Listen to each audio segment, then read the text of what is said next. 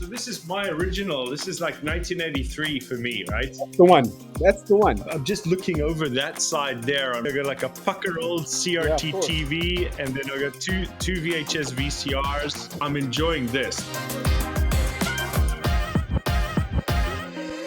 I do want to show you something else that's really vintage, right? So I'm enjoying this. This is the successor. This actually isn't the identical model, but if you remember that great movie Back to the Future. Yeah, of course. Previous model of this JVC camera was used in the first Back to the Future movie. So that's the one that Marty McFly is using over the shoulder to shoot video of Doc Emmett Brown when he's basically talking about his time machine in the DeLorean.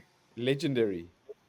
It is legendary. And so this is the same camera system, except it was the successor model, which was made to be more compact. So this was one of the very early examples of a proper handy cam. So you basically hold it like that to shoot, as opposed to having it on your shoulder.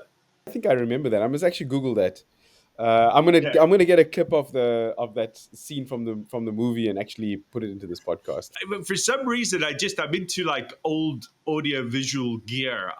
It's maybe because I don't only do like network and telecoms and stuff for industrial IoT, but I also am very into like electronic music, so synthesizers, recording technology, so recording studios. And more recently, and it's funny because when I was a lot younger, I didn't really have a good feel for photography or camera technology. It was only much later when I realized actually being able to include video with audio is important. So this is my original. This is like 1983 for me, right? The one. That's the one. Okay. I sent it about a decade ago. I sent it to Wales. I've got a buddy in Wales who repairs, and he basically does spectrums. And he sold me this. This is a 128K plus. So this wasn't the Spectrum Plus. This is the last computer that Sinclair manufactured before they sold the company to Amstrad. Wow. Yeah, I'm a huge retro computing fan. Not only do I have a ZX Spectrum, I have like 5 ZX Spectrums sitting back there, and I bring them out. We like to also include them in some of the stuff that we do. So when I was doing we were doing some I.O.T evangelization about 7-8 years ago, and we took ZX Spectrums and added like via serial ports, and put Arduinos connected to them. And for trade shows and stuff, we'd have a ZX Spectrum that could tweet, for example, right? So we added a code, and it's just a way of showcasing how you could mix old and new technology. Did you have a Commodore? And then No, I was never into Commodores. I was like fully ZX Spectrum. I did have an Amiga once. I had a Commodore Amiga 500, and sadly, one of the NiCad batteries that was on the battery backup RAM, there was like an extension card. It leaked and it killed the entire board. Oh, no. My cousin, who was I think 2 years older than me, he was like big into Commodore, and I was like, no ways, I'm a Spectrum guy. It was like the original Android Apple like thing.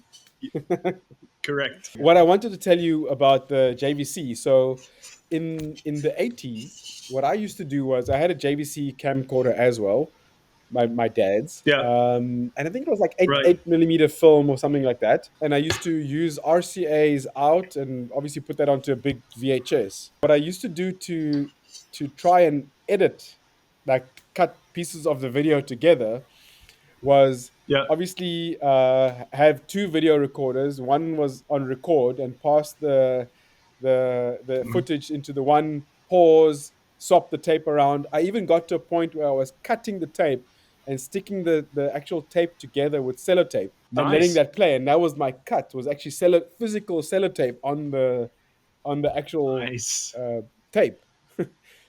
My first versions of video editing.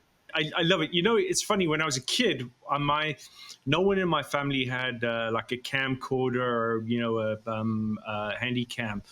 obviously VHS video was a big thing, right? And we all went down to the corner store to go rent movies and watch them at home. But I only got into the video stuff quite a bit later. But I was always into audio and recording with like cassette. And, you know, I'm just looking over that side there on my kind of like, I don't know if you see the... Oh yeah, I see I got like a pucker old CRT TV, and then I got two VHS VCRs. It's actually a Thomson, French brand. Okay, never heard of Thomson. Well, Thomson CSF. You never heard of CSF here? So the guys are pretty much in. I may have heard of CFF. That sounds familiar, but Thomson CSF became Thales. THALES, Thales. Thomson CSF are kind of notorious because they were involved in the arms scandal with certain politicians, right? I remember.